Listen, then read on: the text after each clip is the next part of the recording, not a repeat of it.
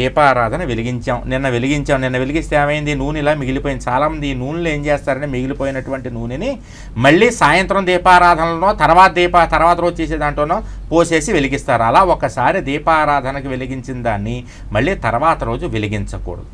దీపారాధన చేసినప్పుడు ఇక్కడ నల్లగా మారుతుంది. ఎక్కడైతే ఒత్తులు వెలిగాయో ఆ ప్రదేశం నల్లగా మారుతుంది. కాబట్టి ఆ ప్రదేశం ఆ దీపారాధనని పొద్దున దీపారాధన చేస్తే మధ్యాహ్నం తోమేసుకోవాలి. అదేవిధంగా సాయంత్రం దీపారాధన చేస్తే తర్వాత రోజు పొద్దున్నకి తోమేసుకోవాలి. మళ్ళీ ఎప్పటికప్పుడు శుభ్రంగా పెట్టాలి.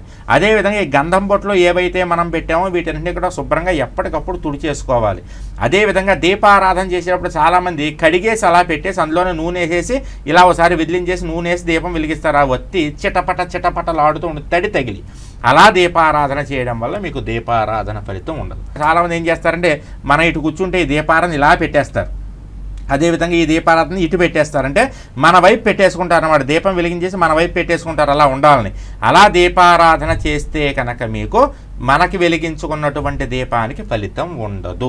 దేవుడి వైపు ఉన్నటువంటి దీపానికే ఫలితము, లేదా తూర్పు ఈశాన్యం పడమర ఉన్నటువంటి దీపానికే ఫలితం. ఈ విషయాల్ని కనుక మనం జాగ్రత్తగా తీసుకుంటే దీపారాధనకి కింద చక్కగా ఆకు కానీ ఒక ప్లేటు కానీ పెట్టడం, ఈ దీపారాధన నూనె ఇలా కారి కింద పడినప్పుడు అదే నూనెని మళ్ళీ దీపారాధనలో వేయడము, ఆ దీపారాధన వినియోగించడం, ఒకసారి కాలిపోయి కొండెక్కిపోయినటువంటి ఒత్తుల్ని మళ్ళీ తర్వాత రోజు దీపారాధనలో వినియోగించడం, ఇవన్నీ కూడా దోషం అని చెప్పబడ్డాయమ్మ.